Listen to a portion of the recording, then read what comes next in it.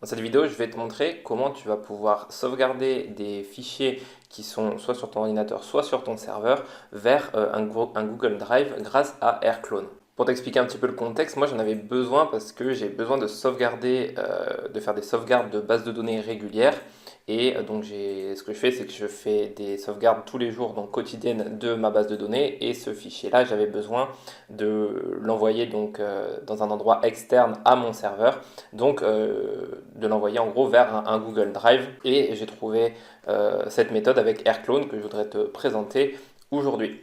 Donc je vais te montrer comment tu vas pouvoir installer AirClone sur ton serveur et ensuite comment on va pouvoir configurer Google Drive et justement intégrer Google Drive à ton, enfin connecter Google Drive à ton AirClone pour envoyer les fichiers. Donc là, en fait, je suis connecté sur mon serveur, donc en SSH.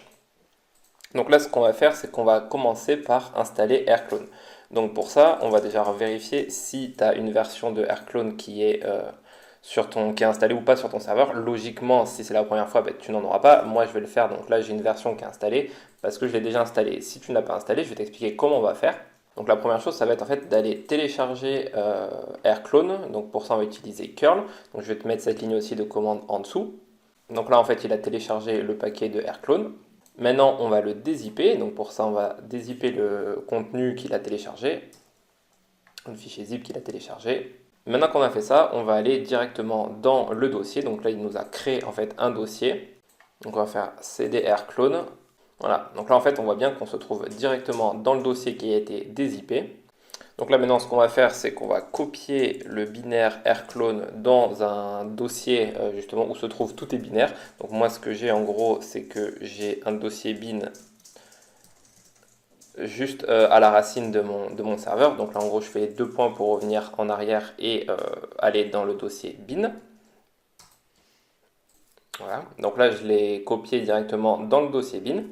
Ensuite, on va donner les droits d'accès justement à notre serveur pour qu'il puisse utiliser AirClone. Donc pour ça, on va faire un chmod plus X directement donc de notre AirClone. Voilà. Donc là maintenant, si je fais un AirClone version, voilà, normalement là dans ce cas-là, tu devrais bien avoir le fichier qui est apparu. Ce qu'on va faire, c'est qu'on va revenir en arrière et on va supprimer les fichiers d'installation qui sont mis sur notre serveur. Donc là, en fait, voilà, je vais supprimer le dossier de AirClone ainsi que le zip qui a été téléchargé au début. Voilà, donc là, il a supprimé. Donc là, je peux toujours utiliser mon AirClone. Donc maintenant qu'on a ça, on a installé AirClone. Ce qui va se passer, c'est que moi, par exemple, je me suis fait un petit script qui va me créer un backup. Donc par exemple, si je vais dans Backup, c'est des backups avec un S, hop, et que je fais un ls, ici voilà, j'ai mon backup, par exemple j'ai mon fichier que je veux. Donc, dans cette vidéo là, je ne vais pas t'expliquer comment on fait des backups pour tes bases de données. En fait, c'est tout simplement un script bash qui fait un dump de ma base de données. Mais là, l'idée, ça va être surtout de te montrer comment tu vas pouvoir transférer ton fichier de backup vers ton Google Drive. Donc, je reviens en arrière. Donc là, je suis à la racine de mon serveur. Et là, ce que tu vas faire, tu vas faire un AirClone config. Donc en fait, moi ici j'ai déjà configuré un Google Drive, mais je vais en configurer un deuxième. Donc toi, en fait, logiquement, tu n'auras rien ici. Donc là, tu vas faire N, donc pour New Remote, entrée. Donc là, tu vas lui donner un nom. Donc là, moi, par exemple, je vais l'appeler Gdrive 2. Hop là, voilà, je fais un peu vite. Gdrive 2, donc toi tu peux l'appeler juste Gdrive, Google Drive, comme tu veux. Là, lui va te proposer plein d'endroits de stockage différents. Donc tu peux prendre celui que tu veux, mais bon, dans notre cas, on va utiliser Google Drive. Google Drive, c'est le 20, il me semble. Voilà, c'est le 20 ici. Donc là, tu vas taper 20.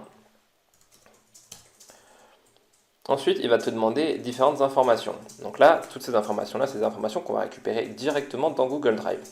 Hop, donc là, ce que tu vas faire, c'est que tu vas ouvrir un navigateur et tu vas faire Google Console. Et tu vas aller sur le Google Cloud Console. Donc ici, ce que tu vas faire, c'est que tu vas faire sélectionner un projet et tu vas cliquer sur Nouveau projet. Donc moi, je l'ai déjà fait par exemple ici. Tu vas cliquer sur Nouveau projet et on va l'appeler Backup. Backup BDD par exemple. Tu vas faire Créer. Voilà, et tu vas arriver ici. Tu t'assures bien que là, tu as bien ton nouveau projet qui est ici, la backup BDD. Donc ce que tu vas faire, ensuite, on va aller dans API et services et API et services activés, dans bibliothèque, et là, on va aller chercher justement Google Drive. Donc tu peux juste écrire Drive, entrée, et on va prendre Google Drive API. Donc, tu vas cliquer là et tu vas faire activer. Ok, parfait. Une fois que c'est activé, tu vas aller dans identifiant. Tu vas faire créer des identifiants, ID client OAuth. Donc là, il va te demander de faire certaines configurations sur l'écran de consentement. Donc tu vas cliquer là. Tu vas faire premier pas. Tu vas donner un nom à ton application. Donc tu vas l'appeler par exemple Backup BDD. Là, tu prends ton email dans la liste des utilisateurs. Suivant, tu cliques sur externe. Logiquement, de toute façon, tu ne peux pas faire interne. Là, tu vas mettre ton adresse email. Et tu fais suivant. Tu coches pour accepter, continuer et tu vas faire créer. Une fois que tu as terminé, hop, tu recliques sur le petit menu. Tu vas retourner dans API et tu vas faire identifiant. Là, maintenant, tu recliques sur ça, sur créer des identifiants, ID client OAuth. Là, tu vas prendre application web. Le nom du client, on peut remettre backup BDD. Et tu vas faire créer. Donc là, tu vas avoir justement les identifiants qu'on a besoin. Donc là, tu vas copier ton ID client, tu vas retourner sur ton configuration et tu vas coller cet identifiant. Tu fais entrer, là, il va te demander un client secret, c'est le deuxième qu'on a ici. Hop, tu le copies, tu le colles directement là. En scope, donc là, il va te demander en gros quels sont les accès que tu lui donnes. Donc on va faire 1 pour lui donner le full access. Là, tu peux laisser vide, donc tu vas faire entrer. Là, tu fais non, tu ne veux pas te faire de configuration avancée. Et là, tu vas devoir configurer une authentification. Donc là, vu que tu es un serveur, tu ne vas pas pouvoir le faire directement sur ton serveur. Il va falloir que tu le fasses sur ta machine à toi, sur ton ordinateur personnel. Donc là, on va faire non, entrée. Donc là, à partir de là, en fait, il t'explique comment faire via cette URL. Donc, je vais te montrer pour que tu aies une idée. Mais en gros, c'est ce que je vais t'expliquer par la suite. Donc là, en fait, ce qu'il va falloir faire, c'est te mettre sur ton ordinateur à toi, donc ouvrir une commande sur ton ordinateur à toi. Donc là, j'ouvre un terminal. Et il va falloir que tu installes aussi AirClone sur ton ordinateur. Donc là, en fait, c'est exactement la même démarche qu'on a fait au tout début pour l'installer sur ton serveur, sauf que là, tu veux l'installer sur ta machine en local. Donc là, je fais AirClone. Donc là, on voit que j'ai bien mis les différentes infos, enfin que j'ai déjà AirClone sur mon ordinateur. Et là, ce que tu vas faire, c'est que tu vas venir copier l'URL qu'il t'a donné. Hop, clic droit. Et tu vas venir... Hop, je l'ai fermé. Non, elle est là. Tu vas venir sur ta machine en local et coller justement cette URL-là. Ce qui va se passer, c'est que là, il va te donner une URL. On va la copier. Hop. Et on va venir l'ouvrir dans notre navigateur. Oui, là, on a une petite erreur parce que on a oublié quelque chose. En fait, là, il nous dit de mettre cette URL en URL de redirection. Parce qu'en fait, ce qui se passe, c'est que Google, après une authentification par OAuth, là, je rentre un petit peu dans les détails, mais après une authentification par OAuth, il a besoin d'une URL de redirection. Donc là, c'est ce qu'on va mettre ici. On va retourner là. Et dans URI de redirection, on va venir coller. Alors, on va enlever les guillemets. Tac. Et on va coller l'URI justement qui nous a donné ici. Donc on va faire enregistrer. Voilà, donc maintenant on a bien une URL de redirection. Hop, on va reprendre le lien et on va retourner dessus. Donc là je vais faire, mince. Hop, et je vais réouvrir et je vais coller. Voilà, donc là maintenant il m'a pris en compte. Là vous choisissez le compte Google avec lequel vous êtes connecté. Hop, donc moi c'est celui-là. Alors là, il me met un access denied parce qu'en fait, j'ai pas mis. Ce qui va se passer, c'est que quand vous faites sur le Google Cloud Console, ici, ce qu'on a fait, c'est qu'on a rajouté ce qu'ils appellent une application. Et cette application, on a la possibilité de la publier ou de la voir que en test. Nous, le but, c'est de pas la publier. En fait, c'est vraiment que pour nous, c'est que pour une utilisation personnelle. Et donc pour ça, il va falloir qu'on lui donne certains utilisateurs de test. On va aller dans Audience. Donc là, c'est ce que je vous disais. En fait, là, on voit que notre application elle est en test et qu'on après, on a la possibilité de la publier. Nous, c'est pas ce qu'on va faire.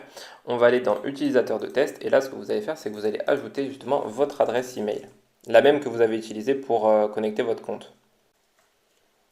Voilà, maintenant que vous avez fait ça, logiquement, si on retourne dessus, qu'on reprend notre URL ici, hop, qu'on revient dans notre navigateur, hop, je ferme, je rouvre une page, je colle.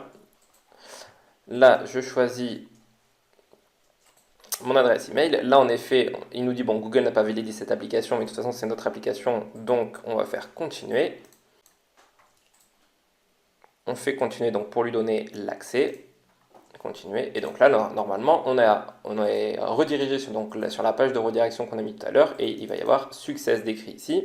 Et si on retourne dans notre terminal de notre machine, là, il nous a donné justement ce qu'on appelle un token, une chaîne de caractères. On va venir la récupérer en entière, on copie, on retourne sur notre serveur cette fois. Et là, on va devoir coller justement le token qu'il nous a donné. Et on fait entrer. Là, on va faire non. Donc, vous avez juste à faire entrer. Là, il nous fait un petit récapitulatif de la configuration. Donc là, on va dire OK, tout est bon. Donc là, on fait entrer. Voilà. Et là, on a bien notre connexion qui a été faite. Donc un G-Drive 2. Donc moi, j'en avais deux. Donc vous devriez en avoir qu'un seul. Donc vous avez la possibilité éventuellement de les éditer, enfin de les modifier, de les corriger. Donc moi je ne vais pas les éditer, je vais faire Q pour quitter. Donc là maintenant je vais pouvoir utiliser mon AirClone, justement la commande AirClone pour envoyer des fichiers de mon serveur à mon Google Drive. Donc pour vous montrer un peu mon Google Drive, moi ce que j'ai fait c'est que là j'ai mon Drive, j'ai fait un dossier backup et dans mon dossier backup j'ai un dossier test. Et donc moi ce que je veux c'est que je vais vouloir envoyer justement mes backups dans ce dossier test. On va retourner sur notre serveur. Et là, on a juste à écrire la commande airclone copy. Donc là, on va dire ce qu'on veut copier. Donc moi, par exemple, c'est dans backups et je crois que j'ai un fichier. Voilà, j'ai mon fichier ZZ. Et ensuite, l'endroit où on veut l'envoyer. Donc là, on va faire le nom de notre connexion. Donc G-Drive 2. Donc toi, ça va être G-Drive 1 en fonction de comment tu l'as appelé. C'est le nom qui va être ici. 2./ Et là, après, ça va être le chemin de ton Google Drive. Donc moi, c'est dans backups/test. Backups/test. Là, tu fais entrer. Et là, je me suis trompé parce que j'ai fait une faute ici. J'ai Drive 2. Et là, tu fais entrer. Donc là, il travaille. Et là, maintenant, si je vais voir hop, dans mon Google Drive, on voit que justement, ma backup s'est bien retrouvée ici. Donc là maintenant ce que tu peux faire, en fait, c'est écrire simplement un fichier bash qui va par exemple faire une backup de ta base de données. Et juste après, tu vas écrire cette commande dans ton script bash qui va te permettre d'envoyer directement ta backup vers ton Google Drive. Et donc de ne pas avoir ta backup qui reste sur ton serveur au cas où il y a un problème sur ton serveur. Donc j'espère que cette petite vidéo t'aura aidé. Si c'est le cas, n'hésite pas à t'abonner à la chaîne. Et moi je te dis à très vite sur Esprit Web. Ciao!